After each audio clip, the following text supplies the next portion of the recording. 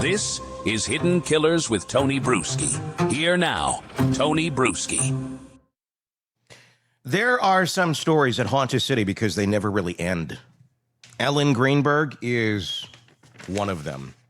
For 14 years, the end of her life has hovered over Philadelphia like a storm cloud that just won't move. 20 stab wounds, a locked apartment door, and I put that in giant air quotes. A beautiful young teacher with no history of violence or psychosis, found with a knife in her chest, declared a suicide. Not to mention 20 other stab wounds. Looks like there was other bruising at different stages of healing. You know, things that you don't want to look at and go, is there more to this story? Nah. In Philadelphia, we don't look at those sort of things, especially when your uncle's a high-powered attorney, and this could look really, really bad. So let's take all of her digital devices after she commits suicide, because you need them for the funeral, right? Oh, yes, all that happened, too. Now in 2025, we have what's being billed as a fresh look. It's really a bunch of bullshit packaged to say a fresh look. As we've learned this week, a brand new, supposedly independent review by Dr. Lindsay Simon. Oh, she's got her stuff together, doesn't she?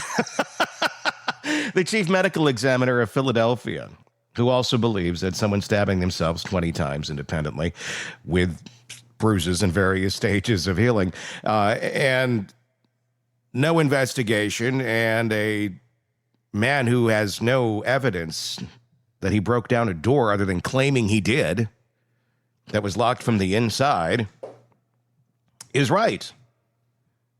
We should just believe the story. Right, Lindsay Simon? Because people stab themselves 20 times all the time, including wounds that are post-mortem. So again, Ellen would have had to come back from the dead, again, for this to be real. Philadelphia says zombies live. This was supposed to bring clarity. Instead, it feels like the city just set its own credibility on fire. Again! But what do you have to burn when it's already gone? Let's be clear. This wasn't an outside investigation from the start. This was the same medical examiner's office that ruled Ellen's death a homicide, then reversed itself to suicide within weeks. Now reviewing its own failure a decade later while being sued over it. Yeah. It's like the arsonist showing back up with a clipboard to write the fire report. You're suing me. I don't want anybody to know this was an arson, so I better tell you in my notes that it was not an arson. That's exactly what happened. We live in a weird time, don't we, where reality can just be suspended. If it doesn't fit your narrative, doesn't fit what you want to say, what you want out there, and you have enough power and enough money and enough insulation and enough pressure, you can get away with pretty much anything. Dr. Simon's 32-page independent review reads less like an act of truth-seeking and more like an exercise in institutional self-preservation, a meticulous, bureaucratic march towards the only conclusion the city could afford to reach, that Ellen Greenberg killed herself and no one in Philadelphia government got it wrong. Wouldn't it be great if there was consequences for the people who continue to cover this sort of stuff up? I would think it almost goes into like complicity to murder at some point. Because if you were doing this on the street, not in a government-sanctioned way, if you were like literally being questioned in court, did you do anything to help cover this up? Yes, I completely ignored all of the evidence and made things up. Completely went against all science and medical knowledge and understanding and put complete bullshit on paper. That's a crime in itself. We can't prosecute that. Not when it comes from official sources, because if it's an official source, it must be right. It must be true, right? Let's start with what she was asked to do. Her mandate was narrowed. Decide if Ellen's death would remain a suicide or be changed to undetermined or homicide. She claims she reviewed everything. The ME files, police reports, photos, expert opinions, and even the Hulu documentary, Death in Apartment 603. Sounds impressive on paper. Not really. But when you strip away the paperwork, the bias bleeds through the margins. Because from page 1, Dr. Simon builds her case backwards, starting with the assumption that Ellen must have been alone. and then using every piece of conflicting evidence to reinforce that idea. It's the forensic version of confirmation bias, a closed loop that protects the city first and the truth.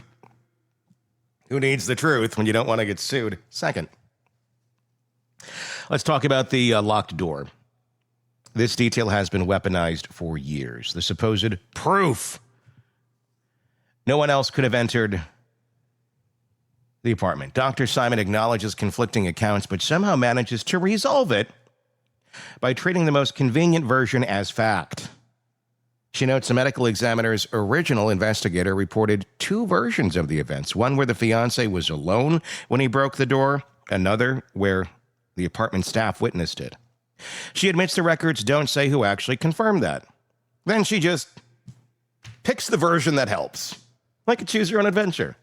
She calls it reasonable to conclude he was alone, not because the evidence proves it, but because the surveillance footage shows him in the building before and after.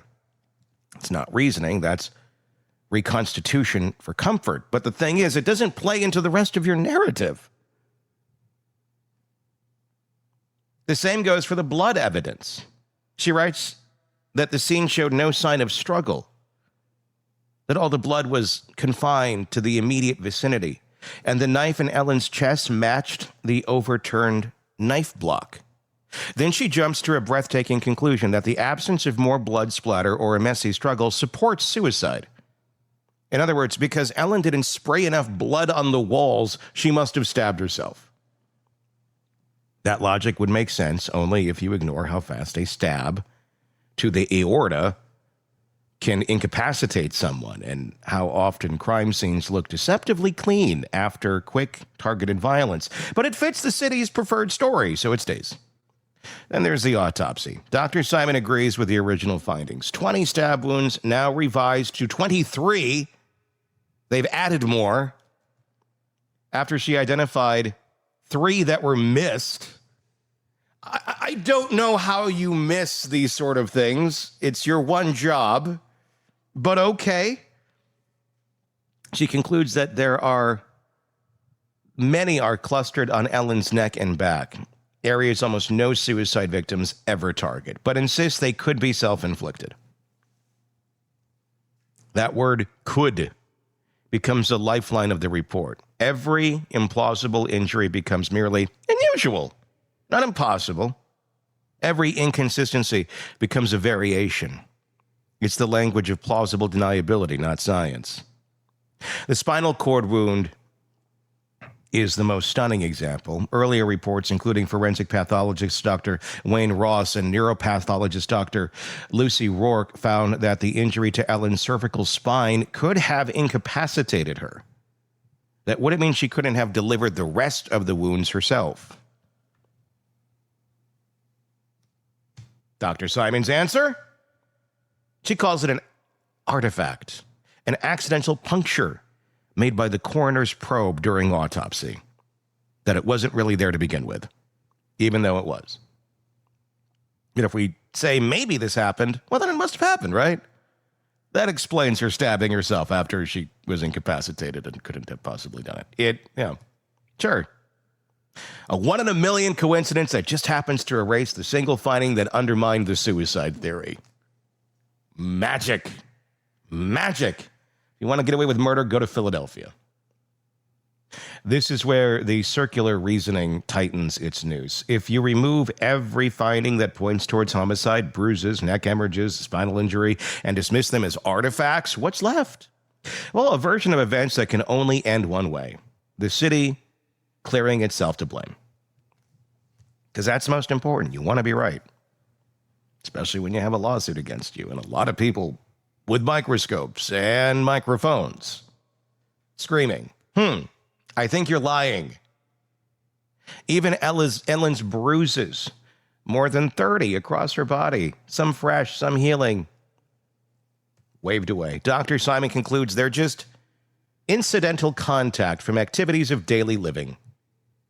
Apparently teaching first graders and doing light chores explains contusions on your thighs, neck, and forearms in various stages of healing.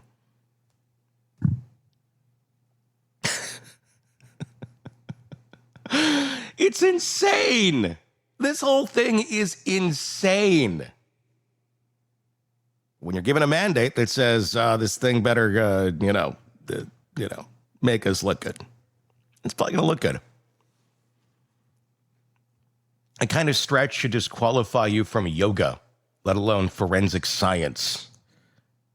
Now look at the report's tone when it gets to Ellen's mental state. The pivot is almost emotional manipulation. Now, this is especially angering to anyone who does deal with mental health issues, which I would argue is probably 90-some% of the population, with only a smaller percentage actually seeking treatment and help for it. And the understanding level of anything mental health-wise is low. But I'm going to assume that since you are watching this, you're smart. That you probably have a little bit of education in this area and are going to see through the bullshit right away. So I'm going to approach it from that angle because I trust you. After pages of technical justification, Dr. Simon leans into psychology, portraying Ellen as a young woman suffering from anxiety, fixated on her job, her grades due that day, and her perfectionism. Hi, I'm not a teacher. I'm not a young woman. But I focus on similar things in different areas. And ending it isn't usually going to be one of them. There are anxieties, there are stresses. And for me, for many, you deal with that. It's life, it's stress, and you continue on. She had no previous suicidal ideation either. But she notes that medication changes had helped Ellen sleep, but gave her energy to act on her anxious thoughts. That single line reframes anxiety as agency, a poetic but cruel twist that turns a teacher's panic attack into a suicide motive.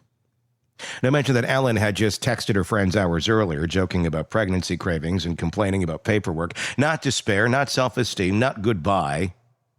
No mention that her psychiatrist, family, and friends all said she was planning her wedding and had no suicidal ideation. Instead, we get a psychological narrative, reverse-engineered to match the conclusion. That's the forensic cherry picking. Dr. Simon leads heavily on DNA results that exclude the fiancé, as if the absence of his DNA on the knife somehow proves no one else was there. Would have helped if they actually, fingerprinted him or tested the knives. Oh, they didn't do that either. She mentions that the undergarments contained a mix of DNA from Ellen and her fiancé, which she says is consistent with cohabitation. And it is. But she never acknowledges the unidentified male DNA found in the lobby bathroom days later, except to dismiss it because Ellen and her fiancé were excluded. Why test it all if you're going to pretend it's irrelevant? It's the same pattern throughout the report. Evidence that complicates the suicide narrative gets minimized or rationalized out of existence. Evidence that aligns with it gets treated as gospel. And that's the real tell. Not the medical jargon, not the citations, not even the tone. It's a selective weighing of facts to fit the story. You can hear the institutional hum behind every paragraph. Protect the office, protect the chain of command, protect the record, allegedly. And timing matters. This review didn't come out of nowhere. It arrived in the wake of a national reawakening around the case. The Hulu series Death in Apartment 603, reopening public outrage, showing the contradictions in vivid detail. It came after years of litigation, after state officials ducked responsibility, after expert publicly dismantled the unaliving theory that she did it herself. So what does the city do? It commissions its own chief medical examiner to re-examine its own files. And surprise, she agrees with herself. That's not independence. That's narrative maintenance. And yet, in the sterile language of bureaucracy, the report pretends to close the book. Dr. Simon writes that with all of this information considered, it is the opinion of the undersigned that this manner of death is best classified as a suicide. She adds that her findings are made with a reasonable degree of medical certainty. But certainty is the last thing this report delivers. It's certainly theater, a performance of closure designed to make the controversy look unreasonable. It's also a chilling reminder of how official language can erase outrage. Because once the Emmy signs off, the legal machinery locks in. Police can't reopen a homicide investigation without the manner of death changed.